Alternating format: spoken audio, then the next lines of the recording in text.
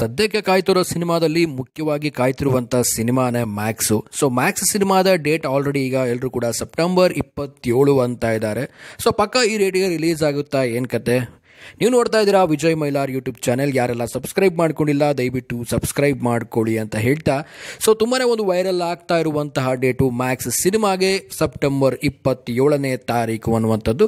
ಒಂದು ಕಡೆಯಿಂದ ಯಾವುದೇ ಅಫಿಷಿಯಲ್ ಆಗಿ ಅನೌನ್ಸ್ಮೆಂಟ್ ಬರದೇ ಇದ್ರೂ ಕೂಡ ಇದೇ ಡೇಟ್ಗೆ ಪಕ್ಕ ಅಂತ ಹೇಳೋ ಒಂದು ಕಡೆ ಆಯಿತು ಅಂದರೆ, ಸೊ ಇದು ಒಂದು ರೂಮರ್ ಡೇಟ್ ಅಂತ ಹೇಳೋದು ಇನ್ನೊಂದು ಕಡೆ ಆಗ್ತಾ ಇದೆ. ಬಟ್ ಒನ್ ಟೈಮ್ ಹೇಳಬೇಕು ಅಂತಂದರೆ, ಯಾವುದೇ ಸಿನಿಮಾ ಬಂದರೂ ಕೂಡ ಒಂದು ಅಫಿಷಿಯಲ್ ಅಪ್ಡೇಟ್ ಬರೋ ತನಕ ವೇಟ್ ಮಾಡಲೇಬೇಕಾಗುತ್ತೆ. ಯಾವುದೇ ಅಂಕೆ ಸಂಖ್ಯೆಗಳನ್ನು ಲೆಕ್ಕಕ್ಕೆ ಇಟ್ಕೊಳ್ಳೋಕ್ಕಾಗೋದಿಲ್ಲ. ಸೊ ತುಂಬ ಜನ ಹೇಳ್ತಾ ಇದ್ರು 27ಕ್ಕೆ ಪಕ್ಕ ಇದೆ ಬ್ರೋ, ಯಾವುದೇ ಒಂದು ಟೆನ್ಷನ್ ಬೇಡ ಅಂತ ಇದ್ರು. ಬಟ್ ಆದರೆ ಏನು ಅಂತಂದರೆ, ಒಂದು ಅಫಿಷಿಯಲ್ ಅಪ್ಡೇಟ್ ಅನ್ನುವಂಥದ್ದು ಇರುತ್ತೆ, ಅದಕ್ಕೋಸ್ಕರ ವೇಟ್ ಮಾಡಲೇಬೇಕು.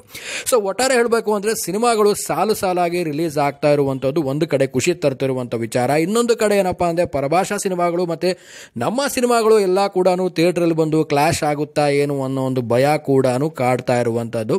ಸೊ ಒಟ್ಟಾರೆ ಏನೇ ಇದ್ರೂ ಕೂಡ ಡೇಟು ಡಿಸ್ಮ್ಯಾಚ್ ಆಗದೆ, ಯಾರಿಗೂ ಕೂಡ ತೊಂದರೆ ಕೊಡದೆ, ಯಾರಿಗೂ ಏನೋ ಒಂದು ಪ್ರಾಬ್ಲಮ್ ಆಗದೆ ಡೇಟ್ಗಳಿಂದ ರಿಲೀಸ್ ಆದರೆ ಒಳ್ಳೆಯದು.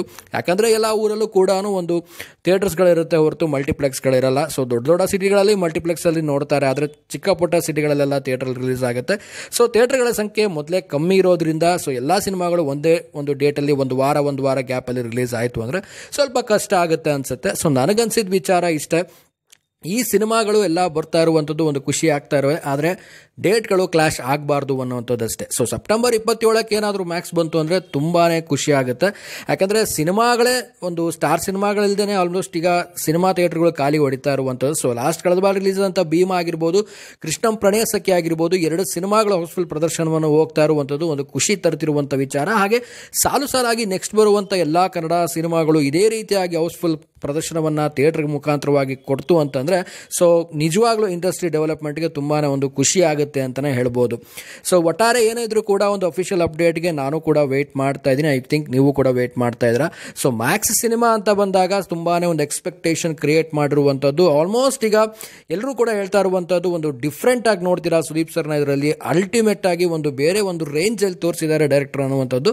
ಸೊ ಕಾದು ನಾವು ಕೂಡ ಕುಳಿತಿದ್ದೀವಿ. ಸೊ ಟೈಟಲ್ ಟೀಸರ್ ಇಂದ ಹಿಡಿದು ಟ್ರೈಲರ್ ತನಕನೂ ಕೂಡ ವೇಟ್ ಮಾಡಿದ್ದೀವಿ. ಆ್ಯಂಡ್ ಇನ್ನು ಒಂದು ತಿಂಗಳಿದೆ, ಅಂದರೆ 27ಕ್ಕೆ ಸೆಪ್ಟೆಂಬರ್ಗೆ ರಿಲೀಸ್ ಆಗುತ್ತೆ ಅಂದರೆ ಇನ್ನು ಒಂದು ತಿಂಗಳಿದೆ.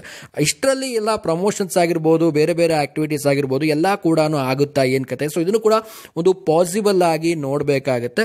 ಸೊ ಹಾಗಾಗಿ ನಾನು ಹೇಳೋದು ಇಷ್ಟ ಏನಪ್ಪ ಅಂತಂದರೆ, ಸೊ ಸಿನಿಮಾ ಸೆಪ್ಟೆಂಬರ್ 27ಕ್ಕೆ ಬರುತ್ತೆ ಅಂದರೆ ತುಂಬಾ ಖುಷಿಯಾದಂಥ ವಿಚಾರ. ಬಟ್ ಎಲ್ಲರೂ ನನಗೆ ಕೇಳಿದಾಗೆ ಸೆಪ್ಟೆಂಬರ್ 27ಕ್ಕೆ ಬರೋ ಡೌಟು ನವಂಬರ್ಗೆ ಬರುತ್ತೆ ಅಂತ ಕೆಲವೊಬ್ರು ಕೂಡ ಕೇಳಿದ್ರಿ. ಸೊ ಗೊತ್ತಿಲ್ಲ, ಏನೇ ಆದರೂ ಕೂಡ ಒಂದು ಅಫಿಷಿಯಲ್ ಅನ್ನೋ ಒಂದು ಅಪ್ಡೇಟ್ ಇರುತ್ತೆ, ಅಫಿಷಿಯಲ್ ಟೀಮ್ ಕಡೆಯಿಂದ ಅನೌನ್ಸ್ಮೆಂಟ್ ಆಗಬೇಕು. ಎಲ್ಲರೂ ಸ್ವಲ್ಪ ಜನ ಹೇಳ್ತಾ ಇದ್ರು ಸೆಪ್ಟೆಂಬರ್ 27 ಅಫಿಷಿಯಲ್ ಅಪ್ಡೇಟಿಗೆ ಮಾತ್ರ ವೇಟಿಂಗು ಅಂತ. ಸೊ ಖಂಡಿತವಾಗ್ಲೂ ಆ ರೀತಿ ಆಯಿತು ಅಂದರೆ ಇನ್ನೂ ತುಂಬಾ ಖುಷಿ. ನಾವು ಕೂಡ ಮ್ಯಾಕ್ಸ್ ಸಿನಿಮಾಗೆ ಕಾಯ್ತಾ ಇದ್ದೀವಿ.